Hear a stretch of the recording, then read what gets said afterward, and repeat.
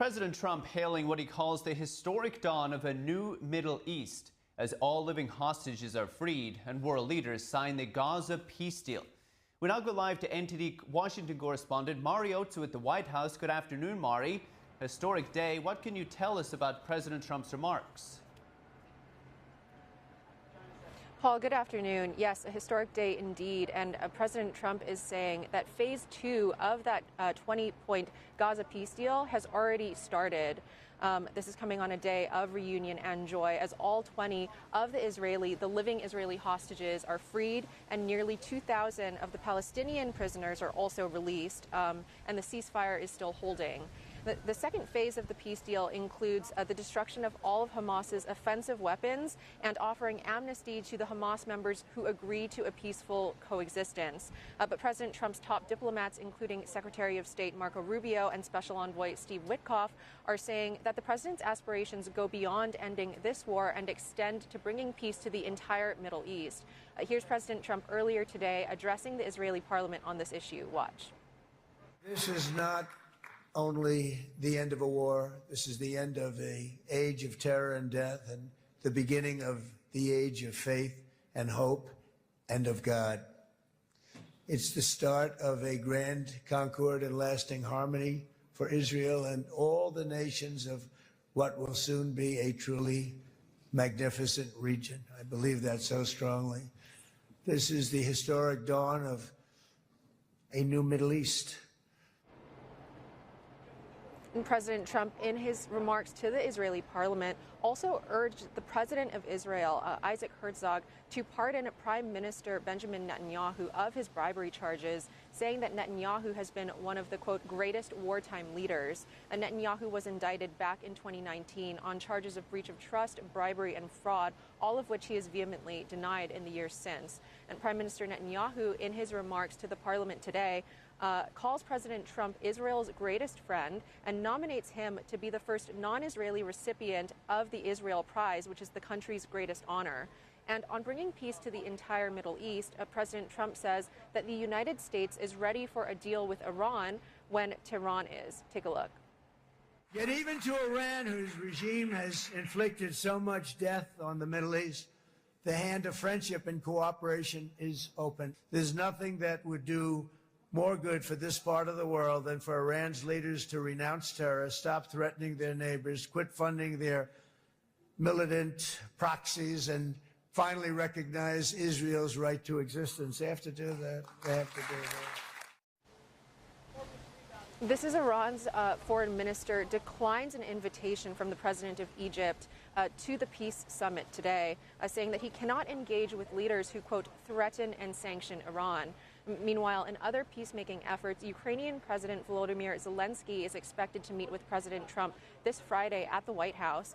This is coming as President Trump said on Sunday that he and Zelensky have spoken about potentially sending Tomahawks and additional Patriot air defense systems to Ukraine. Paul, back to you. Mari Otsu in the White House. Thank you, Mari. And a monumental Gaza peace deal was signed in Egypt today. President Trump hailed the deal as a victory and thanked his team as well as the leaders present for making it happen. In his speech following the signing ceremony, President Trump announced a new beginning for the entire Middle East. Let's take a listen to his speech. General, Mr. President, great general, great president, thank you very much.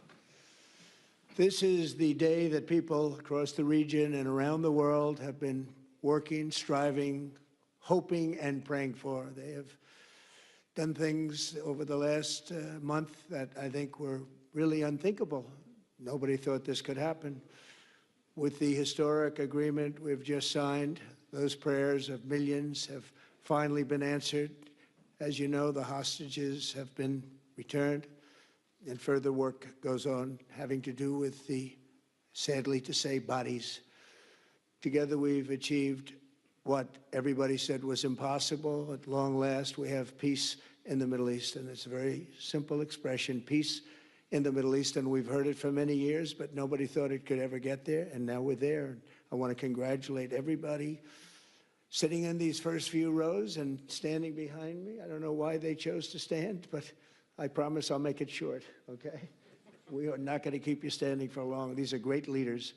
After years of suffering and bloodshed, the war in Gaza is over.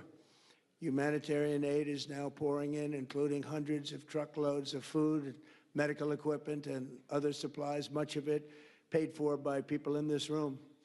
Civilians are returning to their homes. The hostages are reuniting. I mean, it's beautiful. I'm just watching it backstage. The level of love and sorrow, I've never seen anything like it. It's amazing when you see they haven't seen their mother, their father. They haven't seen them in such a long time, and they lived in a tunnel, a very little tunnel, very deep. And the level of love is just incredible. It's a beautiful thing to see. In one sense, it's so horrible that it could have taken place, but in another sense, it's so beautiful to see. A new and beautiful day is rising, and now the rebuilding begins. The rebuilding is maybe going to be the easiest part. I think we've done a lot of the hardest part, because the rest comes together. We all know how to rebuild, and we know how to build better than anybody in the world. I want to express my tremendous gratitude to the Arab and Muslim nations who helped make this incredible breakthrough possible. And you really did. To President El-Sisi of Egypt, who is so generously hosting us today. And I want to thank you for the outstanding job your country is doing in so many different ways, and for helping us so much with this peace agreement. I also want to thank the President for the escort of 6 fighter jets. Oh, we looked out the window, we said, I hope they're friendly, and they turned out to be very friendly. But we had 3 on each side, and they are beauties right out of the great, really American manufacturing hub. We make the greatest military equipment in the world. We have the strongest military in the world by far. And I knew exactly what those planes were, and I knew exactly how much you paid for those planes, too. You paid a lot, but you got a pretty good deal. And they are great planes, and we just appreciate it. That was quite an escort in. That was very impressive. But Air Force One was really, it was covered with Egyptian desert just a few months ago. If you think about it, just a few months ago, it was Egyptian desert, and now it was just a few feet off our window. And it was a spectacular sight, and I appreciate it very much. Really, that was pretty good. You got our people by surprise. I don't know if they were thrilled right at the beginning, but they were thrilled as we sailed along very, very calmly and safely. And I'm deeply honored to receive from you, Egypt's highest state honor, the Order of the Nile. The Nile is so beautiful, so magnificent. It's such a beautiful title, the Order of the Nile. Thank you very much, Mr. President. Appreciate it. Great honor. I also want to give a very special thanks to the Emir of Qatar, a man who's outstanding. He's been a friend of mine for a long time, long before politics, and he's a fantastically respected man. His Highness Sheikh Tamim is respected by everybody. He's respected by everybody, and in the most positive way, not only because of power, because of his heart. He's got a tremendous heart. And he's a great leader, and his country loves him. Thank you very much for being here. It's an honor. Let me also express our condolences to the Qataris on the tragic car crash that claimed the lives of your cherished diplomats, some of whom were known by our people, and they were supposed to be incredible people. So please extend our sorrow and best wishes. That was tough. That was really tough. On this extraordinary occasion, I also want to give our sincere thanks to President Erdogan of Turkey. He's always there when I need him. He's such a tough guy. He is tough as you can be, but we love him. And when they have a problem with you, they always call me to handle it. And usually I come through. We just have a good relationship, and we have from the beginning. And so I want to thank you very much and say hello to your wife, your beautiful wife. And it's great to be with you. Always there. When I need him, he's always there. Thank you very much, Mr. President.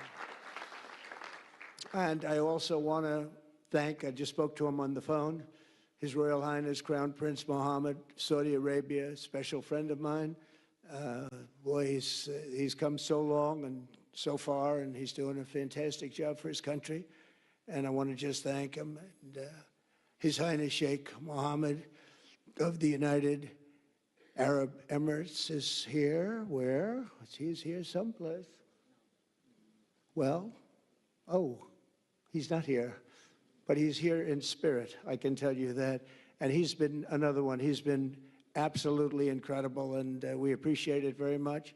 And His Majesty King Abdullah of Jordan, and thank you very much, King Abdul of Jordan. He's here. Thank you. Thank you. Thank you very much. And you really have been a great helper. We appreciate it. Appreciate it. Prime Minister Sharif of Pakistan, and also I have to say my favorite Field Marshal from Pakistan, who's not here, but the Prime Minister is here, and you're going to give his regards. Where are you? There you go. Thank you very much. Do you want to say what you said to me the other day? Come, would you like to say what you said the other day? I think it was so nice. Please. Thank you very much, my dear President Trump, my dear brother, President Fath el-Sisi of Egypt, Majesties, Highnesses, Excellencies, ladies and gentlemen, Assalamu alaikum, and a very good evening. Well, I would say today is one of the greatest days in contemporary history, because peace has been achieved after untiring efforts led by President Trump, who is genuinely a man of peace, who has relentlessly and untiringly worked throughout these months, day in and day out, to make this world a place to live with peace and prosperity. I would say that Pakistan had nominated President Donald Trump for Nobel Peace Prize for his outstanding, extraordinary contributions to first stop war between India and Pakistan, and then achieve ceasefire along with his very wonderful team. And today, again, I would like to nominate this great president for Nobel Peace Prize, because I genuinely feel that he is the most genuine and most wonderful candidate for Peace Prize, because he has brought not only peace in South Asia, saved millions of people, their lives. And today, here in Sharm el-Sheikh, achieving peace in Gaza is saving millions of lives in the Middle East. Mr. President, I would like to salute you for your exemplary leadership, visionary leadership. And I think that you're the man this world needed most at this point in time. World would always remember you as a man who did everything, went out of the way to stop 7 and today 8 wars. I would like to thank my very dear brother, Sheikh Tamim. He's Akh al-Shaqiq, who has really worked very hard along with others to achieve peace in this region.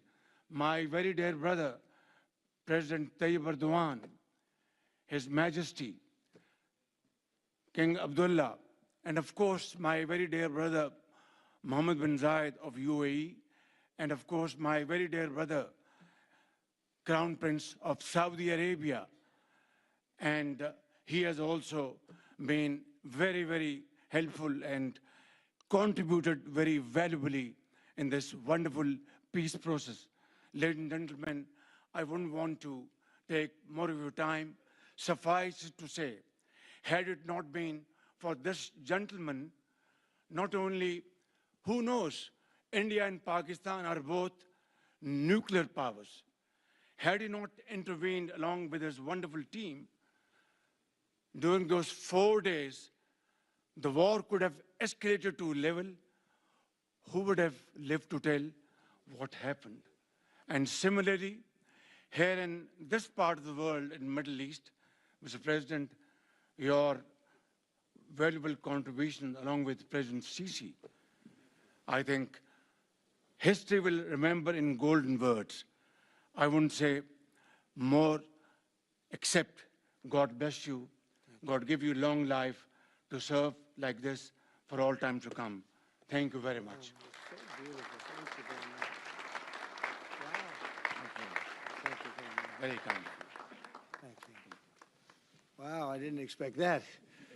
Let's go home. There's nothing more. And that was a replay of President Trump and world leaders signing a Gaza peace deal in Egypt. And now we're bringing in Brian Leib, a foreign policy analyst and CEO of Henry Public